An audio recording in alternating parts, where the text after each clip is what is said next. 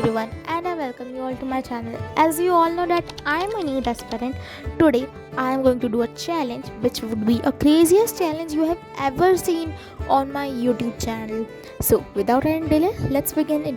Guys, if you don't know, मैं पहले बता दूँ, I am a night owl जिसको रात में पढ़ना बहुत पसंद है. एंड मैंने ऐसे ही किया, रात में मैंने पढ़ा टिल 4 आवर्स एंड 4 आवर्स यहाँ पे कंप्लीट भी हो चुके थे.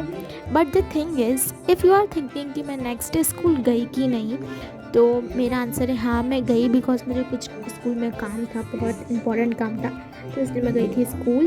नाउ यू आर थिंकिंग कि कितने बजे सोई मैं, 4 आवर्स तक स्टडी किया. तो so basically I slipped around 3:30 और 3 o'clock. एनीवेज, चलो मैं बता देती हूँ मैंने उन 4 घंटों में ऐसा क्या पढ़ा. So I studied chapter 1 of chemistry, जिसके अंदर मैंने सब कुछ अच्छे से पढ़ लिया, फॉर्मूले भी अच्छे से पढ़ लिए एंड फार्मूला शीट भी बनाई है. तो if you want formula sheet, so link is in the description, download करना मत भूलना. Now you all might be saying कि अक्षरा क्लास टेस्ट में तो आया हुआ था, फिर क्यों पढ़ा, एंड क्लास टेस्ट में पढ़ाई नहीं की थी क्या अच्छे से.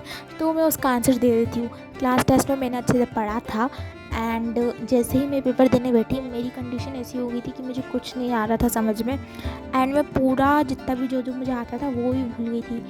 एंड एक क्वेश्चन था जिसके अंदर 32 + 12 करना था, तो उसके अंदर सिंपल सा एडिशन करना था, मैंने उसको भी गलत कर दिया just because of my anxiety. So मैं चैप्टर रीड करने के साथ साथ कुछ न्यूमेरिकल्स भी सॉल्व करी थी जो हर एक टॉपिक के बाद आ रहे थे.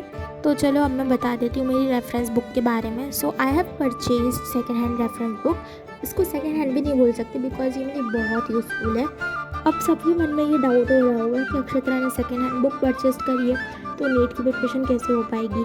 तो हाँ, मैं बता देती हूँ. जब मेरे नीट के पेपर सामने आएंगे, इट मीन्स टू से जब 12th का टाइम होगा, 12th का जब मेरा सिलेबस पूरा कंप्लीट हो जाएगा एज वेल एज 11th का भी, तो हाँ, रिवीजन करने के साथ साथ मैं उसके PYQ प्रैक्टिस करूँगी नीट के.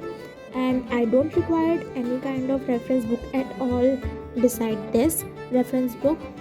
तो हाँ, इसलिए मैंने परचेज़ नहीं करी है. एंड अगर मैं बाई चांस कभी PYQ परचेज़ करूँगी 12th में, so I will let you know guys.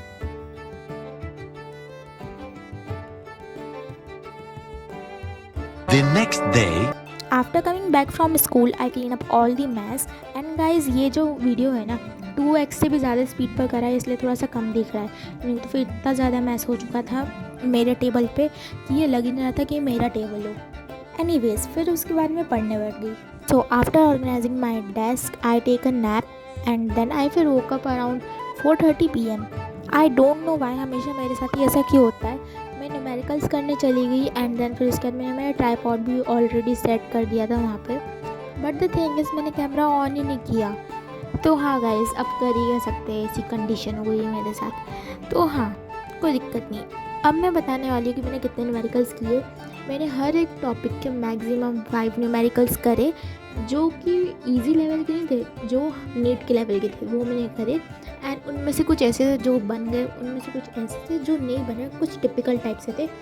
तो हाँ, मैंने उनको टिक करके रख लिया है. जब भी मैं स्कूल जाऊँगी तो मैं हमसे पूछ लूँगी. And the thing is, multi concept वाले जो MCQs है उनको मैं बाद में करूँगी बिकॉज ये बहुत ज़्यादा ही हाई लेवल के हैं, तो उनकी प्रैक्टिस अच्छे से करनी पड़ेगी and it takes a lot of time.